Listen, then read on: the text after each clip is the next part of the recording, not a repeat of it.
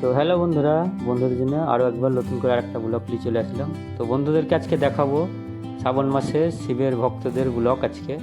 তো আমাদের এখান থেকে তো বহরমপুর, এটা বহরমপুর মুর্শিদাবাদ থেকে বন্ধুদেরকে দেখাবো।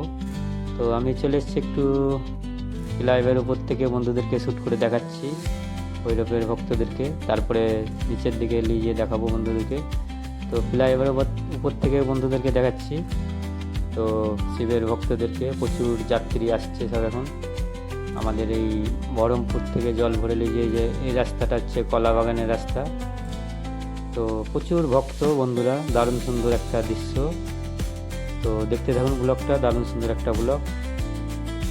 তারপরে বন্ধুরা ফ্লাইওভার উপর থেকে শ্যুট করে তারপরে নিচের দিকে চলে যাবো বন্ধুদেরকে, সেটাও দেখাবো। তো বন্ধুরা ব্লগটা দেখতে থাকুন। তারপরে বন্ধুরা নিচের দিকে চলে আসবো বন্ধুদেরকে, সেটাও দেখাচ্ছি। তারপরে ফ্লাইওভারের নিচ থেকে চলে আসলাম, এখানেও প্রচুর ভক্ত যাচ্ছে। এই যে প্রচুর ভক্ত, মানে দেখতে খুব আনন্দই লাগছে, শিবের ভক্ত। তো আমাদের এখানে এটা বহরমপুর থেকে জল ভরে ব্রিজের এপার থেকে এসে এটা কলাবাগানের রাস্তা।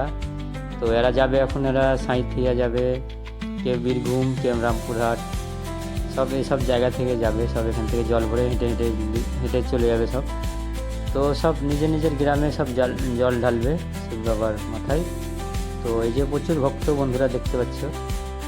আর বন্ধুরা প্রচুর খুব ভক্ত বলতে খুব আনন্দ লাগছে দেখতে। আর এরা প্রচুর যাত্রী আসছে, জল ভরা নিয়ে যাবে। এই গাড়িতে যারা এই ভক্তগুলো আসছে তারা কাছেই আছে। তো একটু আগেই চলে আসলাম বন্ধুরা, তারপরে একটু সন্ধ্যার দিক হয়ে গেল।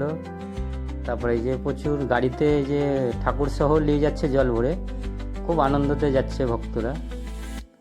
তো সন্ধ্যের দিকটা হয়ে গেল।